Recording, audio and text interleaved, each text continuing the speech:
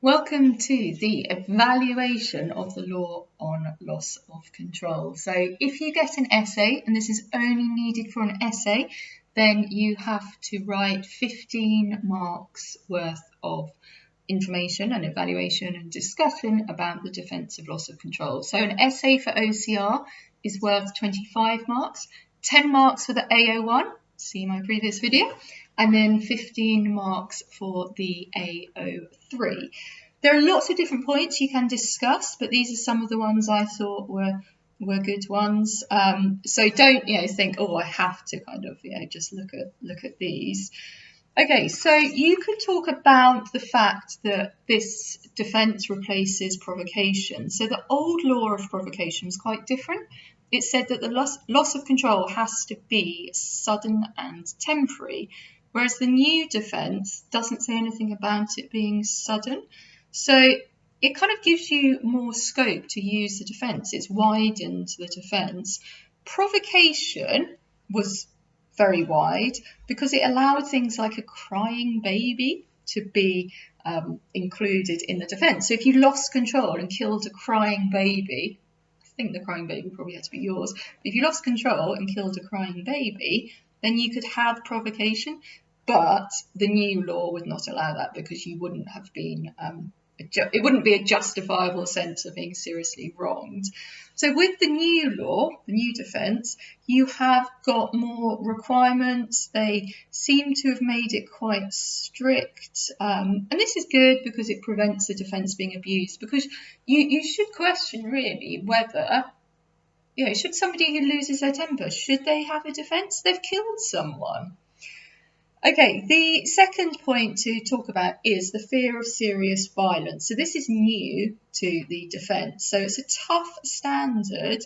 What is serious violence? Again, it narrows the defence because if you have to show that D feared serious violence, that's quite difficult to do. It's also quite good, though, I thought that, or morally, it's good that the serious violence doesn't have to be towards you. So as long as you can identify the other person, then, it's similar to self-defence. So it's keeping consistency in the law, because self-defence doesn't have to be you defending yourself. If you defend someone else, that's enough. So it's fear of serious violence to yourself or someone identifiable. The sexual infidelity issue, 2009 Act specifically excluded it. It said sexual infidelity, so being unfaithful, is not a qualifying trigger, because what was happening with provocation is a lot of men, it was quite a male-dominated defence. A lot of men were finding that their partners had been having an affair and then they had been killing them, and they were getting this partial defence.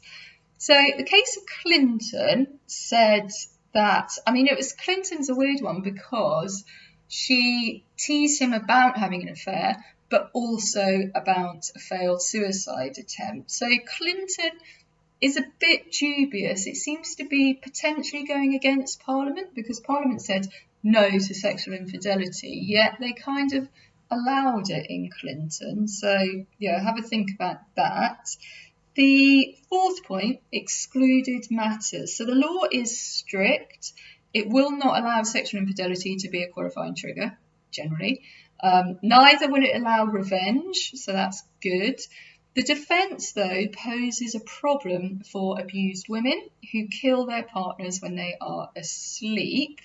So if you think of that Ahluwalia type situation where she suffered years of abuse, she's finally had enough, and she kills her partner when he's asleep.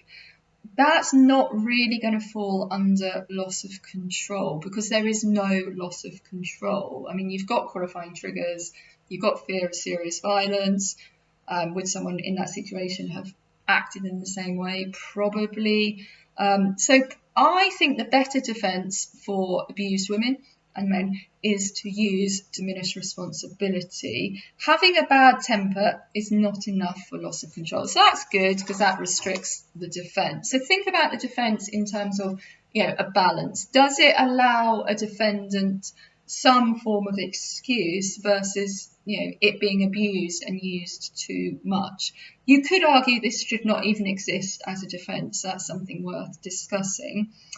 Okay, the fifth point to discuss is the actual loss of control. So it doesn't have to be sudden anymore.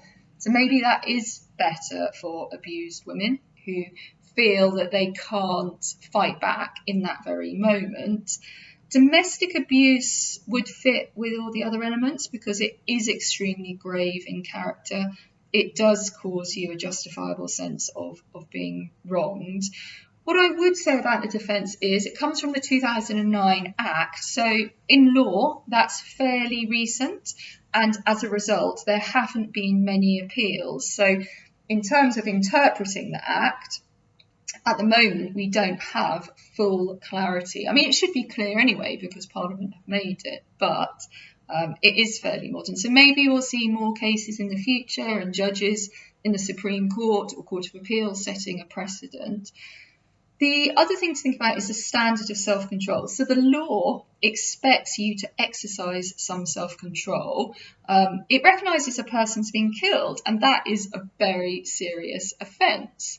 So the defendant has to act in a way a normal person, whoever they are, so somebody with a normal degree of tolerance and self-restraint would have acted. So the jury, and each jury is going to be different, this is my problem with this, the jury have to try and work out, would somebody in that situation have reacted in that way? And I think they have to try and almost put themselves in that situation. And I think they sit there and they think, would I have done that? If I was in that situation, would I have killed the person? So they can consider the age and sex of the defendant.